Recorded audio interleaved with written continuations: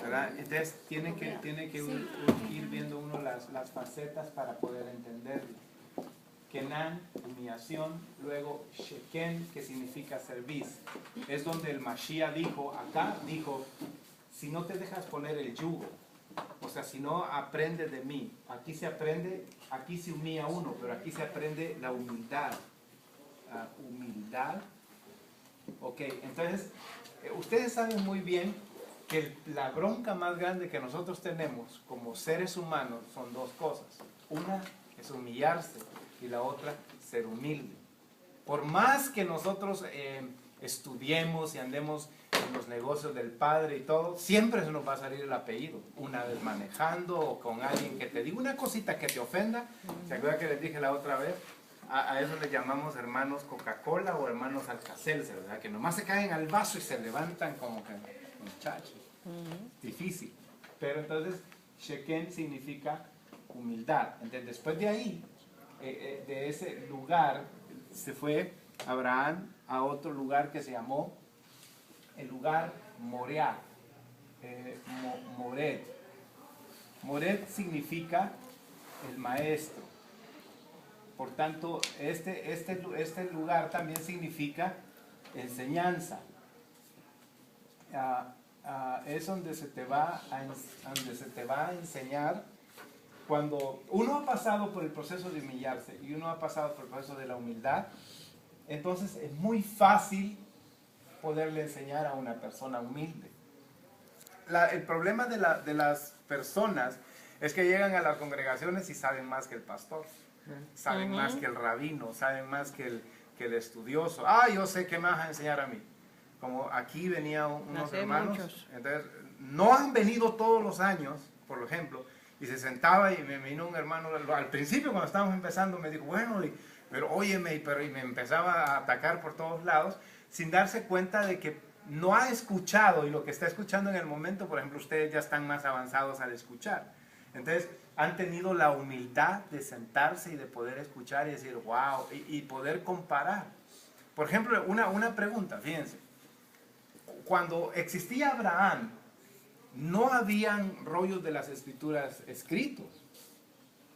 A ver, yo quiero una pregunta. ¿Cómo empezaron los primeros apóstoles, los chelías del Mashiach, Yahshua? ¿Cómo empezaron ellos a enseñar si no tenían escritos? No habían libros. ¿Qué cree que usaron?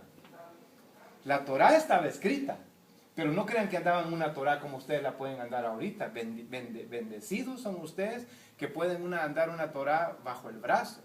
Y ojalá que no sea como desodorante, como dijo un rabino por ahí, que lo anda acá uno nada más, o que la use nada más para dormir, que nomás la agarra y ya le empieza a hacer y se duerme. No, ellos no andaban eso. Entonces, ¿qué tuvieron que usar? Su conocimiento, el poco conocimiento que les transmitió el Mashiach, eso es lo que usaron para empezar a enseñar. Pablo, el Rab Shaul, apenas tenía unos manuscritos que, como él era rabino, él podía obtener y tener. Pero no crean que una Torá se la podían dar y les decía, vamos a abrir el rollo de la Torá, a menos que tuvieran una congregación y no la podían sacar de ahí.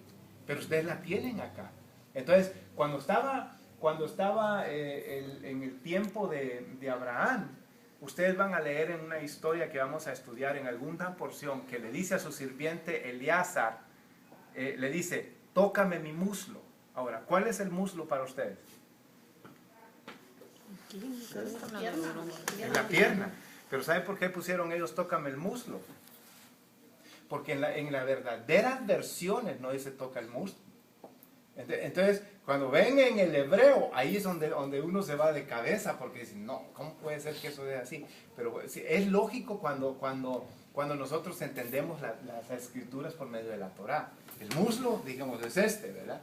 Pero él dice, tócame, le dice, vete y es en esta porción que no, es la siguiente.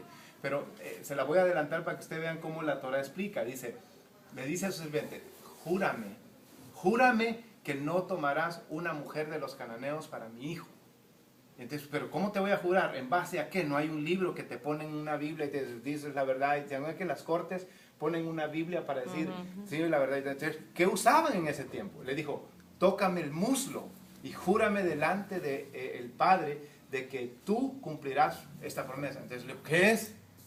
Le dijo, tócame mi parte genital, o sea, su pene.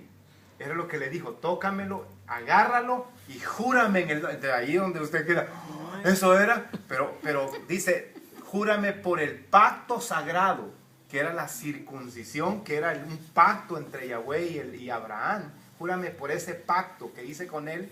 Y entonces escribieron los escritores, muslo.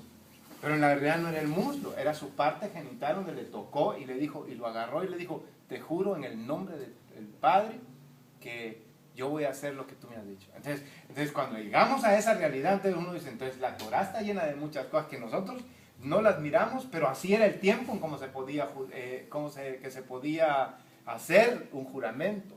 Y se hacía en base de algo sagrado. ¿Y cuál era lo sagrado? La circuncisión.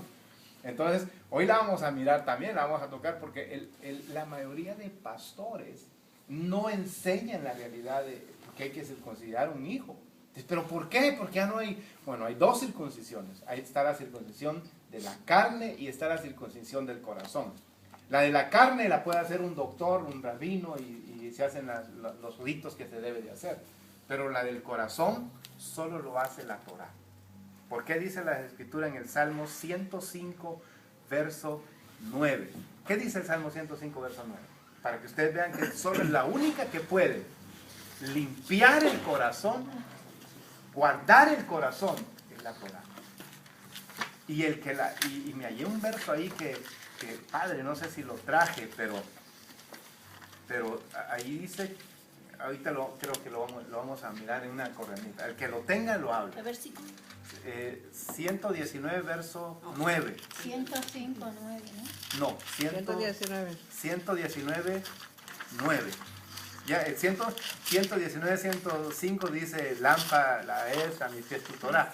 Es una luz, ¿verdad? Pero, ¿qué dice la Torah en cuanto a la circuncisión del corazón? El 119. Verso 9. ¿Cómo podrá el joven mantener puro su camino? ¿Sí? Prestando atención a tu palabra. A la Torah. ¿Cómo mantendrá el joven limpio su caminar? Guardando la Torah de Yahweh. Entonces, ¿cómo se mantiene un corazón limpio? Circunciso, guardando la Torah. ¿Y qué dice Proverbios 3:15? Para que ustedes vean, Proverbios capítulo 3, verso 15. Creo que ese es el verso que estaba estudiando esta semana. Entonces, ¿por qué voy con todo esto? Porque voy a caer acá en el significado de todas las habitaciones que corrió Abraham. ¿Verdad? Proverbios 3:15. El que lo tenga lo dispara. Es más valiosa que las piedras preciosas y nada hay que pueda ser comparado con ella. Larga vida está en su mano derecha, riquezas y honras en su izquierda. Oiga, eso está hablando de la Torah. Larga vida hay el que la obtiene. ¿Y qué dice? Que no hay, que hay grande riqueza a la derecha, a la izquierda. Es decir, la izquierda es el lado malo, pero la derecha es el lado bueno. Es decir, en todos los lados que tú te conduzcas, conforme al caminar de las Escrituras, va a ir bien. Ok, entonces Abraham caminó Shekem, caminó Canaán, y luego terminó caminando en el monte Moriah, donde se le enseñó. Aquí en el monte Moriah ofreció a su hijo. Ustedes saben que ese monte es algo que es tremendo. Es más, en el monte Moriah, sobre ese monte se construyó el templo de Jerusalén. Sobre este monte, en este monte, Noé puso su primer altar. Sobre este monte fue el primer lugar donde Adán puso el altar. Y sobre este monte, Moré, iba muchos años después ser crucificado, muerto, el Mashiach. Todo tiene una conexión.